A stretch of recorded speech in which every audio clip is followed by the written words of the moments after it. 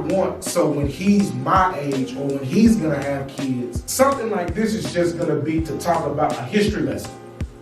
It's not gonna be because it's present. Talking about like getting out of your comfort zone, you know, you'll be amazed at how like-minded that you may think somebody's so different from you, but you'll be amazed at how like-minded y'all actually are, you know? I'm seeing it. Yeah. And that's all we want to do, right? Right. I want to see the change.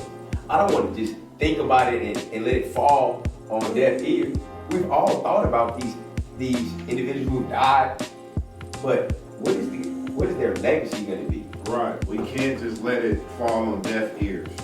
It can't be a hashtag today. It's trendy today. It's a bracelet tomorrow. It's a shirt next week. But next month, it's over with.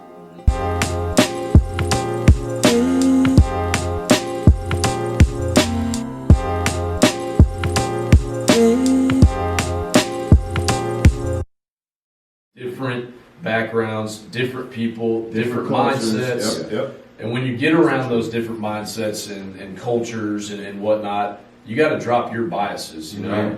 And That's it. That's where I see the problem today, just from, you know, just looking on the phone. We're on this side politically, we're on that side politically, everything. you know. The way that you're talking about, you know, how you have to, when a cop comes up to you at the car, I'm not gonna feel I feel the passion that you're talking about when I'm with you, making eye contact and in the same room and hearing that stuff. I don't feel that on this phone. I don't feel that. All I see are words, and then I gotta blurt out my opinion because I'm safe over here. Right.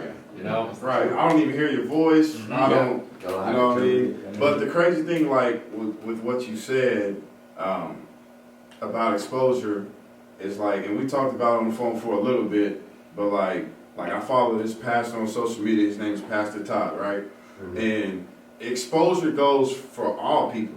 It's not just, oh, we need white people to understand us, or we need black people to like it's if unity is everybody. Yeah. It's literally everybody. That's what it is. And what he was talking about, this is Pastor Todd, he was talking about how his friends who were white, they would come play basketball and you know, always down to play basketball, link up, they'll have conversations. And when you do that, you get to know people. Yep. But they would always go hunting. They'd always go duck hunting, and they would never invite him. And he was like, wait a minute. Why y'all not inviting me? Let me go. I'll do it, whatever. And so he stepped out. He was uncomfortable. You know what I mean? But he let down all of his stereotypical thoughts and this and that and just immerse himself in it. And there were a lot of uncomfortable moments for him that he spoke on, but there was a lot of things that he learned. There was a whole different perspective that he was able to pick up just from being in uncomfortable situations. And people don't like that. You have to be comfortable with being uncomfortable if you really want to grow. And you said it earlier when you were talking about Daniel at the protest, when he was speaking right after the mayor. It's progress. It's not perfection. I will never, it'll be impossible for me to ever understand to a perfect 100% percentage the experience of a black woman, the experience of a white woman, the experience of a white man, the experience, because I'm not that. But I can sit down and talk and build these relationships and get to know and build a level of understanding that I wouldn't know if I don't hang out with you, if I don't talk to you, if I don't invest in you and you invest in me.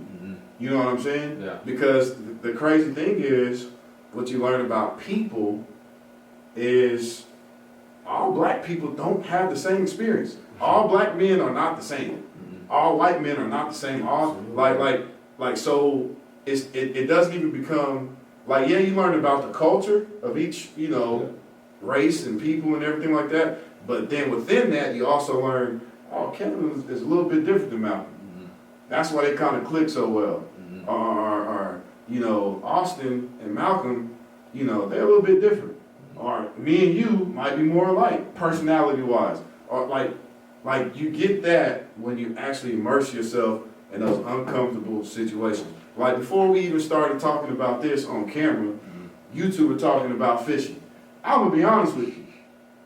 I ain't never been fishing. I don't plan on going fishing. If y'all want to go, if y'all really want to go, I'll go with y'all.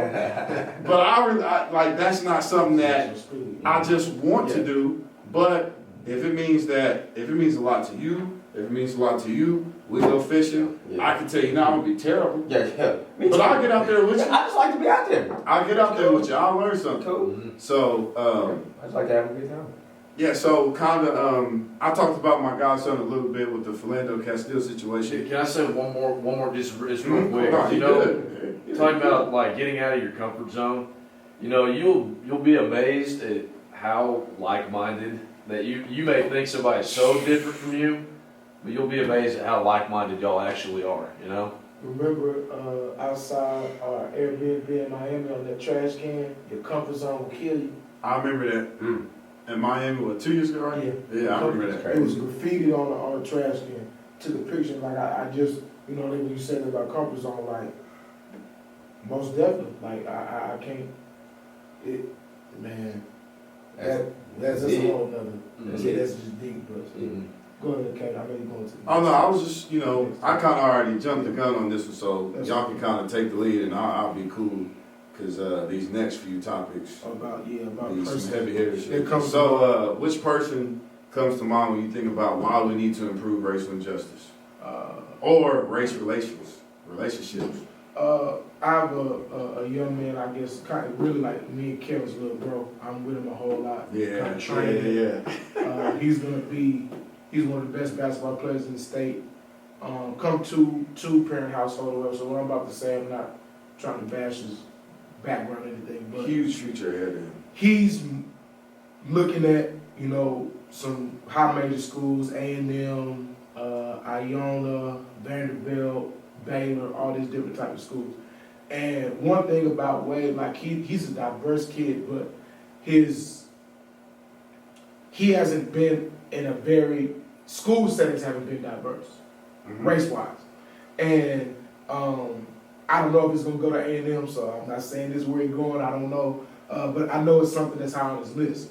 I know coming from with what's going on today, and my background, just again real quick, going to, you know, living in a predominantly black, well, all black neighborhood, going to private school from second grade up, being around pretty much all white people until high school. It was a few Hispanics, couple, but predominantly like 95% white. That being said, I was out, I won't say out of my comfort zone, I got that exposure or experience. So some of these things that are occurring hit home, but they don't surprise me.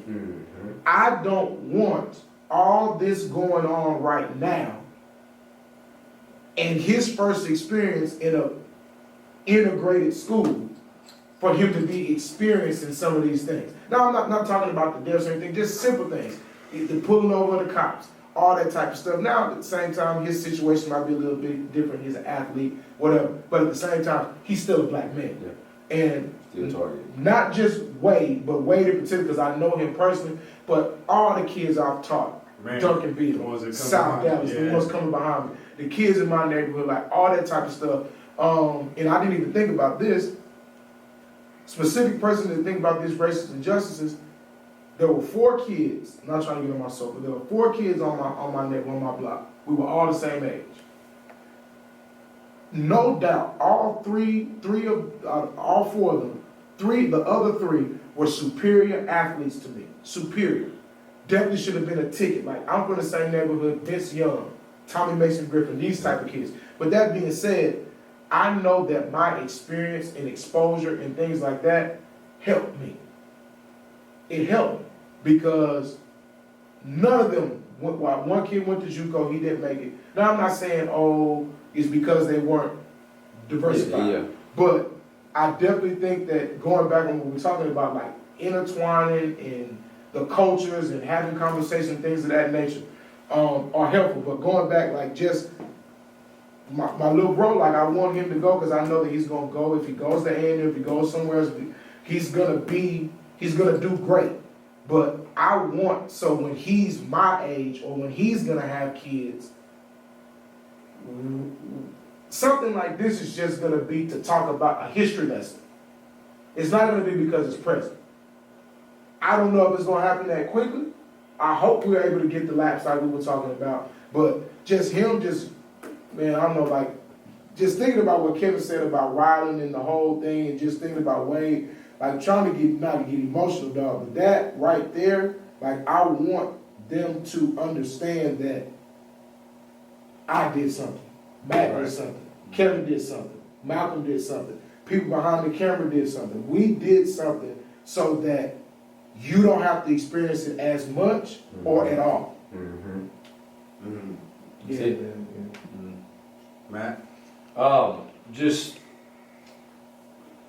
mine. I don't really have a specific person in mind. Mine's a little bit more broad, just based off of my experience, because I know there's a lot of people that probably thought like I did on the past events that have happened. Is that, you know, I want people that think that this doesn't exist to understand that it's still out there. It's still a problem, and once again, don't close yourself off. You know, that's just even separate from this situation that we're talking about right now. Any other situation, don't close yourself off to thinking that something bad doesn't exist anymore. You know, approach the problem and be willing to have the conversations and be willing to learn about it, because, you know, I've noticed for sure, you know, the older you get, the more that you might isolate yourself with a specific group of people that you're comfortable around. Don't be afraid to step out, you know? It's just like, I keep using the example from the other day on the phone. It's just like, if I would have let my thoughts be like, I probably shouldn't be having this conversation. I probably shouldn't do this. He might think this. They might think that. Don't let that get in the way. If you like, that's why I'm using my experience right now. Is like this event has definitely woken me up and opened my eyes. Don't continue to just be like, it doesn't exist. It doesn't matter. It's not important anymore. That's not the way that the world is. But what I think is more scary is that it's almost like we're trying to say that it's not real. It's invisible, and we're not even noticing it in front of us. You know what I'm saying? That's where I'm kind of getting at. It's just keep educating yourself. Keep trying to figure out, you know, what the truth, what's going on. Okay. I think it's not one individual, but I think like individuals in higher places for me, like CEOs, whether that be principals, superintendents, head coaches, you know, like people in these higher places, like when that have an impact on that have like immediate impact. The next generation. I can make it next generation. That can make an impact right now. That will change your company, and not be afraid to lose a few dollars, because what you've already made is good enough. Like I feel like that's why people are scared to change, like, or people don't want to say anything that are CEOs and in these powerful positions, is because you're scared to lose a few dollars. Right. If you lose a few, okay, but you have started a change. Yeah. Like, are we not worth more than $1? Right. Let's print more money. Right. You make this change now, it will benefit you more in the long run. Sure. Like that's for me. That's what comes to mind, man. Like the NFL, the CEOs who have Fortune 500 companies, to put people of color in these powerful positions.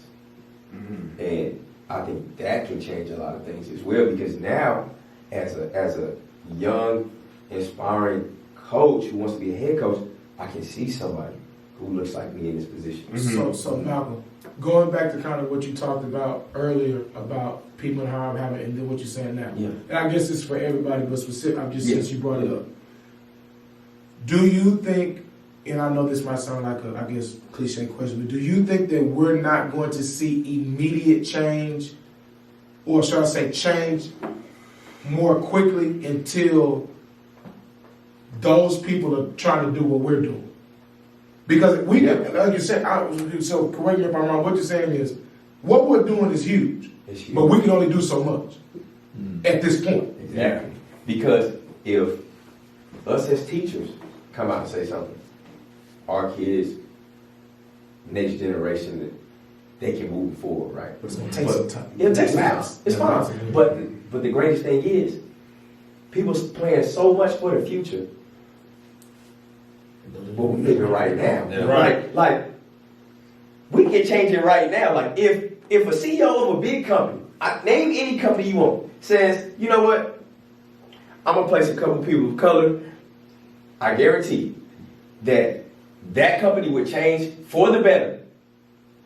And people can start to see dreams actually come true and not be like, well, that can never happen for me. That can never happen. Or you can't be angry about it. You know what I'm saying? There will be some level thinking. There'll be level headedness. There'll be different types of eyes on different types of situations. Mm-hmm. Like when you see in certain districts, or you see in certain teams, like, wow, they have an Hispanic head coach, or they have a black head coach. Now I'm really telling you, if you are in my district, you can do it. You can do this. You can do, no matter what you are, you can do this. Because what about the Hispanic kid that wants to be a head coach, but he's never seen one? Right. What about the black kid that wants to be in a predominantly white school district? Hey, you can do this. Right there. And it's not even about sports. It's really about like a lot of other things. Like, because when you see owners of NFL teams, NBA teams, hey, you can do this. I don't have to, but it's not a thought anymore. Seeing is believing. Yeah, I'm seeing it. Yeah. And that's all we want to do, right? Right. I want to see the change. I don't want to just think about it and let it fall on deaf ear. We've all thought about these individuals who have died, but what is their legacy going to be? Right. What is their legacy going to be? Not within us. And people say like, well, this generation now, like, forget about them. We got to focus on the younger generation. I agree.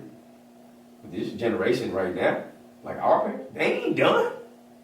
They are in these positions. Right.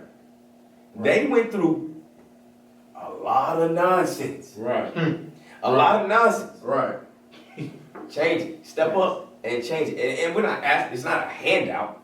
Because it's not like people that are not qualified. But that's the system, like, it's the system. Right. I don't want I'm not asking for a handout. You see me working.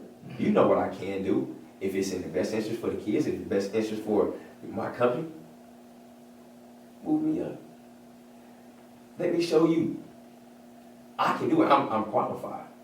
I can do it. Ask your parents about it. Right. Ask your employees about it. Mm-hmm. Come see about us. And give me an opportunity. That's it. Opportunity. And I think if somebody would do that, man, And step out and don't be afraid to lose $1 because right. it's much more than that. And shout out to the people who have done that, like like the Nikes, Man. Nike and how they kind of got their brand Nike. going out Yeah. there. Like we already mentioned, I've seen a few school districts speak out, Oh man. and I've gotten word back from a few school districts on how they plan on moving forward with addressing the issue, that our country is dealing with right now, which is great. But like you said, we can't just let it fall on deaf ears. It can't be a hashtag today. It's trendy today. It's a bracelet tomorrow. It's a shirt next week. But next month, it's over with. Wash your hands. It's over with. It can't be that. And, I don't know how many people will, hear what we have to say. I don't know. But I know I'm not going to stop having these conversations, whether it's a camera present or not. Right. Yeah. I'm still like me and Malcolm we're still going that way. Just like at the peaceful protest, we're still going that way. You see what I'm saying? So I think all that, all three of you said was, somebody's that's going to resonate with people. So this next topic, the reason why I chose for us to discuss this is because of what we already talked about before, which was the fact that people think racism is so far away from modern day, from right now, from 2020. So, and with us being educators, I know this kind of all hit home and touched our heart a little bit with, this town in Texas, Vidor, Texas, and the history that, is associated with this town. We talked about Bill Simpson in 1993. I was born in 1992. You see what I'm saying? Yeah. So and I looked this up last night or the day before, and Vidor, Texas, still to this day, has 0.01 African Americans living in that town. I believe the population is a little bit over 11,000. So it's a small town. So that means 11 African Americans live in that town. And now the reason why we did our research, we watched the video that I sent and everything like that, is Vidor, Texas is not the only town in the United States that is still like that. You see what I'm saying? It's 2020 and you have a 0.01 African American population because of the history of hatred. And if I'm an African American, I'm not living in that town. I'm not. So the fact that still at 2020, I'm not even trying to point the fingers. I still have more research to do on that, specific situation. But I don't know if it's city officials. I don't know if it's a state thing. I don't know. But 11 African Americans, and then, we watched the video, the history of, them running out African Americans, telling, the next black person that steps a foot on my porch, I'm shooting. You see what I'm saying? And me being an educator and us doing what we do, I just don't see how, for the 11, I don't know how many are students, I don't know how many feel comfortable, but not even just the black students, the non-black students that want to see a change in that city. Because I did the research on actual research, then I did my, social media research with Twitter and everything like that, and there were a lot of kids from Vidor, Texas that were tweeting out, man, this stigma is always going to be attached to us because nobody is trying to change it. Nobody in these higher places are really trying to make a change, and I'm tired of being associated with the hatred and racism from this town. I feel that for those young people. See, that's huge. That's huge, Kay, because looking at this, of course, there's a lot of negative to be drawn from. But that right there in itself lets you know that there's People that want to change. There's hope. Even though this has been ingrained in you For your whole life. and you know it's wrong. and you've never seen anything else. I don't know these people, but I'm willing to bet those people they haven't been very far from Vidor. So they know that is wrong. So there's two things that I want to talk about quickly off of this. Morgan Freeman's hometown and my dad's hometown. So just real briefly, and I know a lot of this shook me in 2008. So you mean 12 years ago? Yeah. Okay. Morgan Freeman paid for his hometown to have the first integrated prom. In 2008. He paid, he had to basically throw money at these people to have an integrated prom. And I haven't seen the whole documentary, but it just talks about you interview I vividly remember a white girl and a black it was a white girl and a black girl they interviewed separately, of course. And their thought process was the brainwash thing Oh, well, that's the way it's always been. And that, man, that's, So I go to school with you every day, but when we go to prom, you go that way. you go this way, I go that way. In 2008, not 1978, not 1968, 2008. we got iPhones, we got all type of stuff going on, and we got a segregated prom. Yeah. Morgan Freeman had to come back and pay for it. And apparently, if I'm not mistaken, $250,000, something like that. he's tried to do it several times. And they declined it. Both sides. Nobody, and I mean, ultimately, like I didn't do a whole bunch, but I don't know what was the turning point, but I'm just glad that it happened.